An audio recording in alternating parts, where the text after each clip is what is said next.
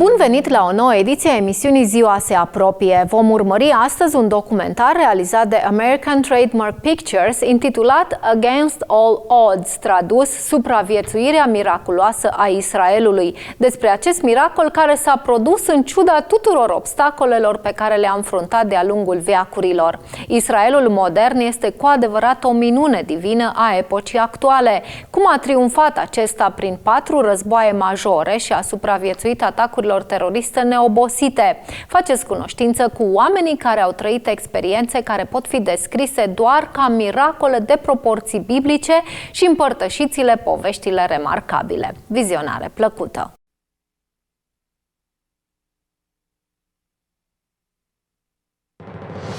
In the year 70 AD, Roman legions sacked and burned Jerusalem. Israel would remain a nation in exile for nearly 2,000 years. But in the aftermath of World War II, the people of the book returned home. Israel's rebirth and survival in the 20th century has often been called a miracle. Those who were there cite their own experiences as proof. I'm Michael Greenspan. I'm an investigative journalist. These are their stories.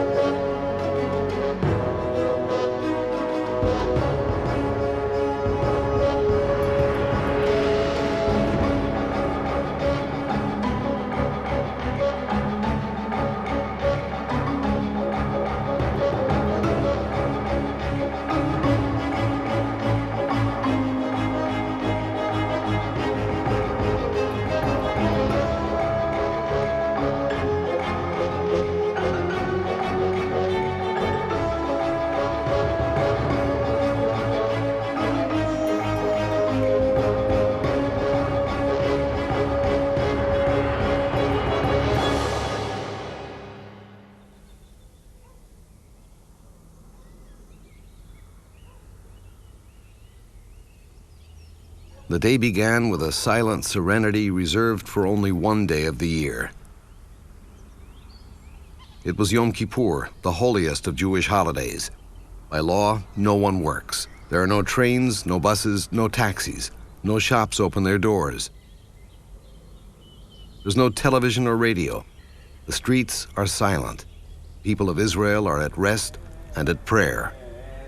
Yom Kippur is a national day of reflection, prayer, and repentance, a day of atonement, when in biblical times the high priest would enter the Holy of Holies in the great temple at Jerusalem to ask God's forgiveness for the people's sins for the year before. But this was no ordinary Yom Kippur. This was October 6th, 1973.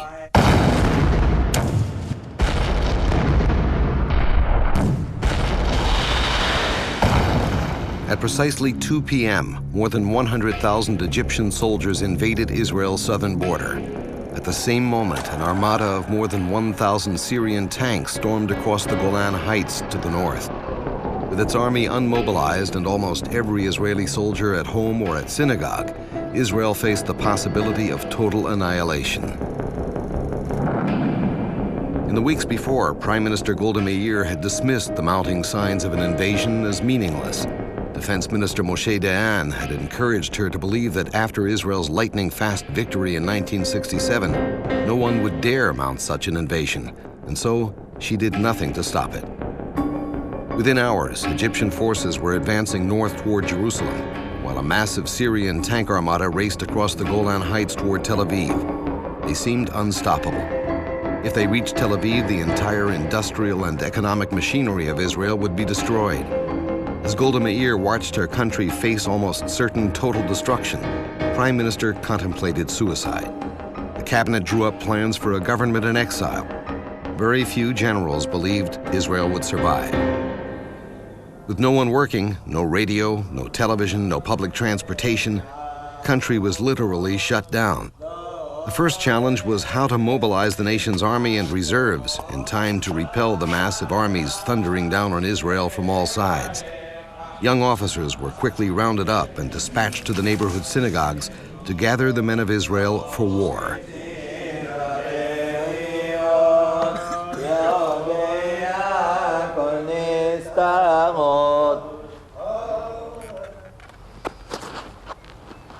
רבותיי, אחיי המתפללים, יש מצב חירום, פיקוח נפש. בשעות אלה נערך גיוס מילואים. קצין צה"ל שהגיע אלינו יקריא שמות של מי מכם שצריכים להתגייס. יהיה אלוהים איתנו. פרצה מלחמה. השמות שאני אקרא מתבקשים להגיע לנקודות האיסוף שנקבעו להם, באופן מיידי. יורם רוזנברג. אמיר ויינברג.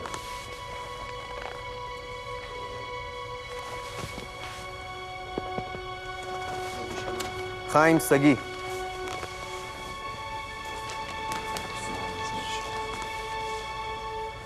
שמעון דהן.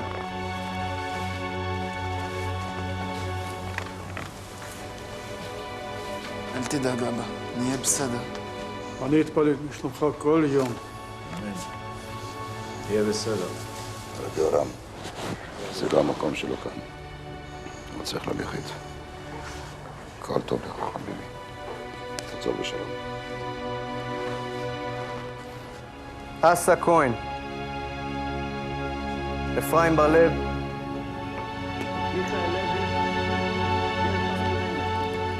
Fathers and grandfathers embraced their sons and said goodbye. Brothers and best friends parted company. For many of them, this goodbye would be forever. But they knew there was no other way. The dream of Israel was won by sacrifice, and it would only be preserved by sacrifice. They were ready, if necessary, to die for that dream. And many would in the perilous hours just ahead. If ever there was a modern-day counterpart to the biblical story of young David facing down the Philistine giant Goliath, the Yom Kippur War was certainly it. Its eventual outcome was partly due to the young Davids of modern Israel, who dared to face the mouth of death and not back down. Avigdor Kahalani, a battalion tank commander in '73, was one of those young Davids. The Syrians, they arrived from the east, they crossed the border, they bombed the minefields, and they put bridges on the anti-tank ditches, and they arrived close to us. And they start to hit our tanks. And my mission was to block them on the area north of the Kunitra. And it was hard because most of my tanks hit by the Syrian, and artillery shell was thousands shell all over. And their aircraft, they bomb us like crazy, and we didn't have any Israeli aircraft to protect us.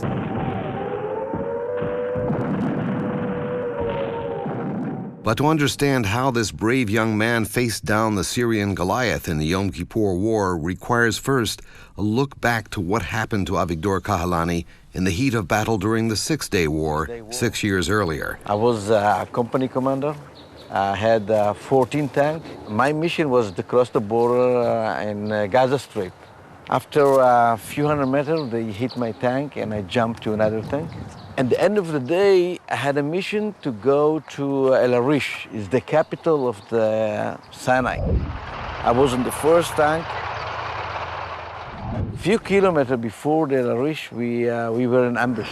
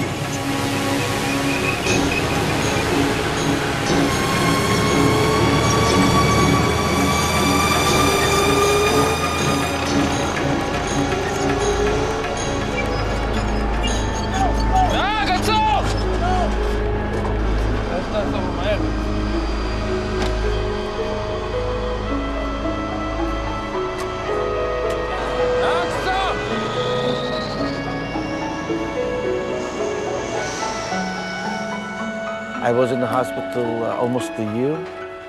60% of my body was burned.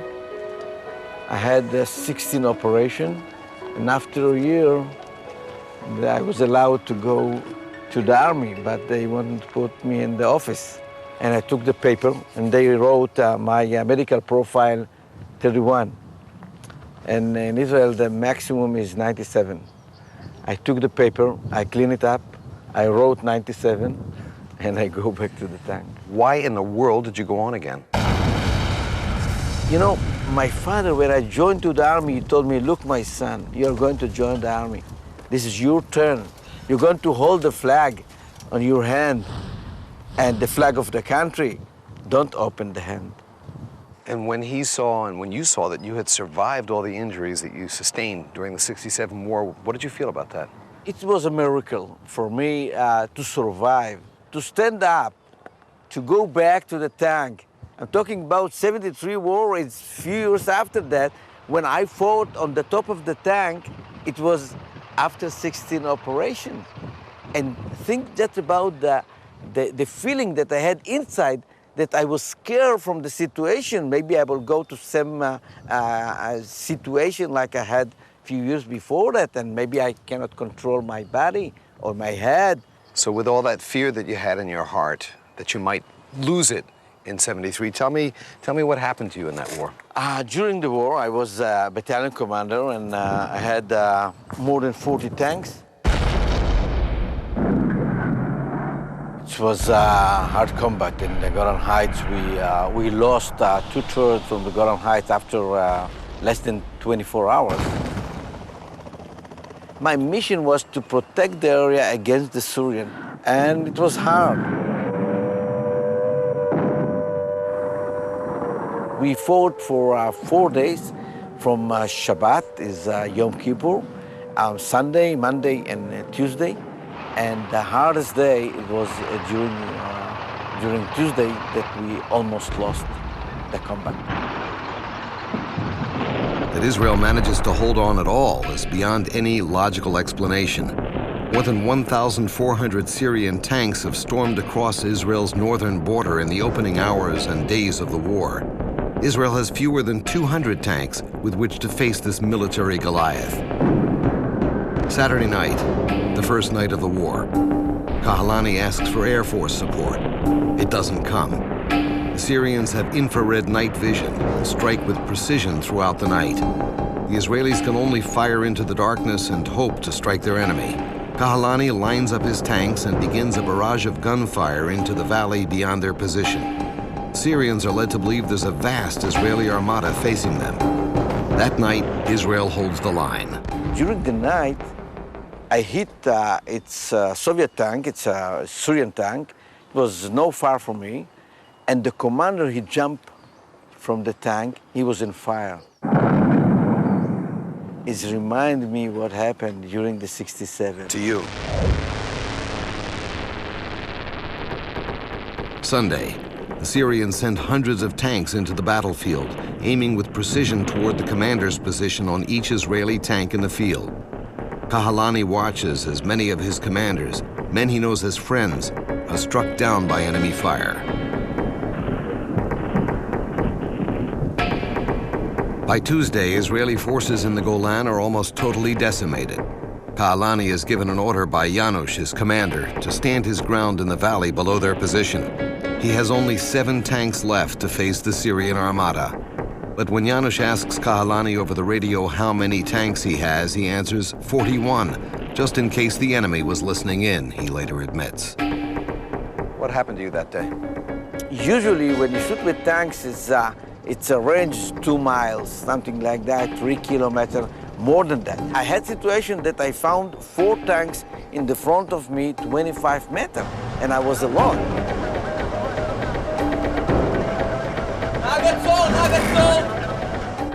יובל נותן בעלם כזה שהוא מעיף את כולנו קדימה. אני מסתכל, בחזית שלי 25 מטר, 3 טנקים T-62, ואני צריך להחליט מה אני עושה. There is a special handle that I move the third and the main gun to the first tank, and I scream, oh my God, I shoot him!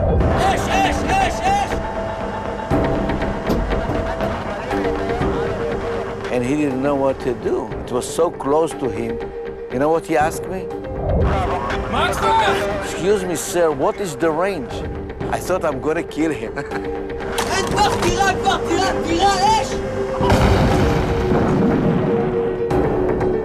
I moved to another tank, and my loader put another shell, and he shot again.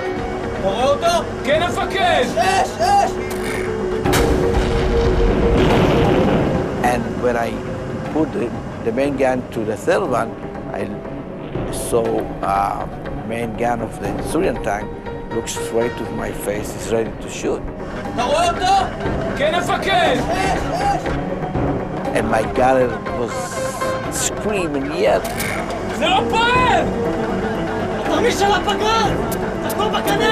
I saw the 115 millimeter look straight to my eyes, and he was ready.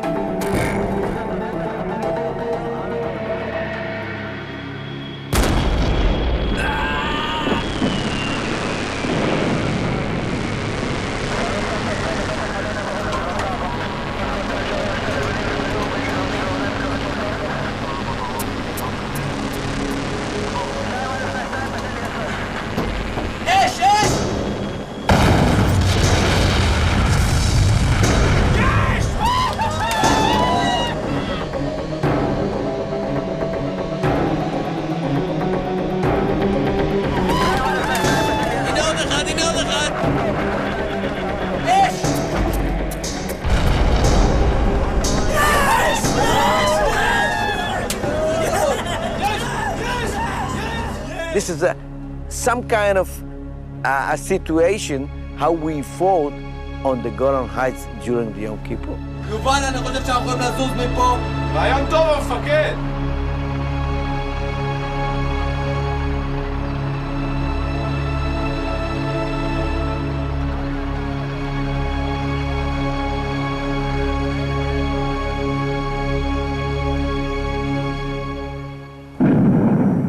The battle for the Golan will ultimately come down to this final confrontation at a hilltop called Little Hermon, and the valley below it that will be known forever after as the Vale of Tears. If the Syrians make it past this point, nothing will stop them from storming across the Galilee, destroying Tiberias, Haifa, and ultimately Tel Aviv. Kahalani's remaining tanks have all taken Syrian hits. Many have lost commanders or whole crews. Command discipline is low. Morale is failing. Defeat is in the air. The scene that follows is reminiscent of young David in the Bible. Saul and the men of Israel were frozen in fear at the sight of the giant Goliath. Kahalani gives an order to his tank commanders to move forward. No one moves. He tries cajoling them, even starting forward himself. No other tank follows. אני משתמש בנשק האחרון שאני מבין שאין לי כבר ברירה, ואני אומר ללוחמים שלי, תסתכלו על הסורים, תסתכלו איזה לוחמים טובים הם. מה קרה לנו? הלוא אנחנו יותר טובים מהם. תתחילו לנוע קדימה, הרבצתי שאגה לתוך הרשת, מה אני מזהה בגדוד שלי? פחדנים! Kahalani had faced death in 1967 and survived, just as David had once faced down a bear and a lion that attacked his sheep. With their common experience, and born on their shared faith in God to fight on their behalf, both young men refused to bow to fear. David stepped up to face Goliath. Kahalani ordered his tank to move forward. David had declared, "I come not with sword and shield, but in the name of the God of Israel." He carried only 5 stones into battle with his giant. Kahalani moves forward with only 7 tanks to face the massive Syrian armada. Kahalani's crippled tanks storm the hill before them, looking down at the once green valley, now blackened with the smoldering remains of hundreds of burning Syrian and Israeli tanks from 3 days of fierce fighting. Moving among them, hundreds of Syrian tanks continue their relentless advance. Kahalani orders his tanks to begin a barrage of gunfire on the advancing armada below, not expecting to stop them, but at least hoping to slow their advance long enough for reinforcements to arrive. Reinforcements don't come, but suddenly, to his amazement and without explanation, the Syrians seem struck with fear. The enemy armada begins retreating. Syrian soldiers begin running from the battlefield in all directions. Kahalani radios to Commander Janusz. כאן 2, דוח מצב. כרגע אנחנו שולטים. במצב, ארטילריה נספקה, בקיצור אנחנו שולטים בכל דבר. חיים כאן ספורים, הכל בזכותך, תאמין לי. כל הכבוד לך, כל הכבוד. אתה גיבור ישראל, עבור. כאן שתיים, אנחנו כרגע מיישרים כאן, האויב קורע. While Kahalani and his fellow soldiers are holding back the Syrian advance, they have no idea that they're part of another chain of events unfolding thousands of miles away from the battlefield, that many say is the real miracle story of this war. U.S. Secretary of State Henry Kissinger, in turning down Golda Meir's request for arms to defend her country, is reported to have said, "Let the Israelis bleed a little." Golda Meir is desperate. Without help, Israel will not survive many more days of the pounding assault from all sides, despite all the Kahalanis and those like him who are bravely defending their homeland and sacrificing their lives on all the front lines. And so she picks up the phone and calls the private line of U.S. President Richard Nixon. It is 3 o'clock in the morning. Television film producer and documentarian Bill McKay's investigation of the American role in the Yom Kippur War describes what happened when President Nixon took Golda Meir's call in the middle of the night. He said, I put my robe on, I sat on the edge of the presidential bed, and I heard Golda Meir pleading with me, Mr. President, if you don't help us, the Jewish people will never survive. He said something interesting, if not strange. He said, you know, I could almost hear my mother's voice. She would tell me stories and read to me from the Old Testament, the heroes of the Bible. And one afternoon she said, Richard, someday you're going to be in a position where you can help save the Jewish people. And when that day comes, you must do everything in your power. And he said at that moment, I realized, maybe for the first time in my presidency, why I had become president of the United States. He was deep in Watergate, but he said, I knew I had to do what I was born to do. And he said, Golda, what do you want? Well, she had her list. It was the largest airlift of armaments since World War II. The president kept his word. Everything Golda asked for, she got. Every weapon, every vehicle, every piece of equipment, and all the ammunition to operate them. A virtual arsenal airlifted overnight to Israel's front lines. And many military experts credit that decision, that request, at that moment, as the essential element that saved Israel from destruction. In another striking parallel to David in the Bible, Richard Nixon turned aside the Goliath of indifference to Israel in his government, faced down a powerful Secretary of State who would turn against him, and accepted the threat to his own presidency to save Israel in its hour of need. Before it was over, the Yom Kippur War demonstrated one of the most incredible turnaround victories ever recorded in military history. Israel ultimately pushed the Syrian army to the gates of Damascus and the Egyptians to within a few kilometers of Cairo. In the Golan, Syria lost more than 1,000 tanks, nearly 900 of which were left abandoned on the battlefield. More than 3,500 Syrian soldiers died. Another 5,600 were wounded in combat. Nearly 500 were taken prisoner.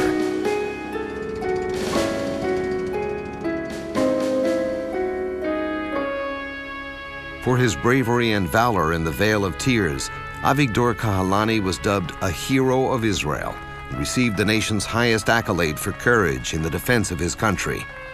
He would only say that his men fought well and that it was a miracle that saved Israel that day.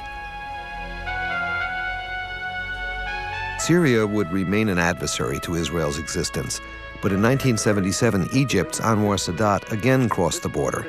But this time, he came as the guest of Israel's parliament to address the Knesset.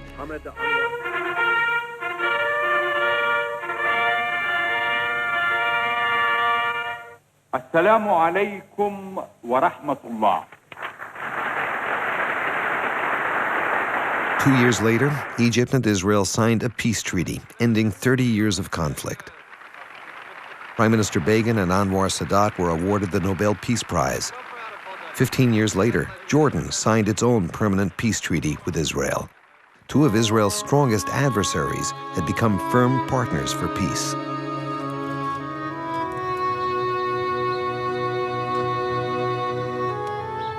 The names chiseled into the stone are in Hebrew, but their language of courage and sacrifice are universal.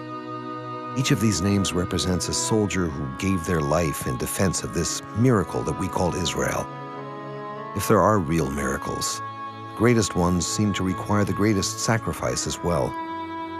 If Israel is to survive and prosper, it will likely require the continued sacrifices, who consider this miracle worth preserving, worth passing on to generations yet to come.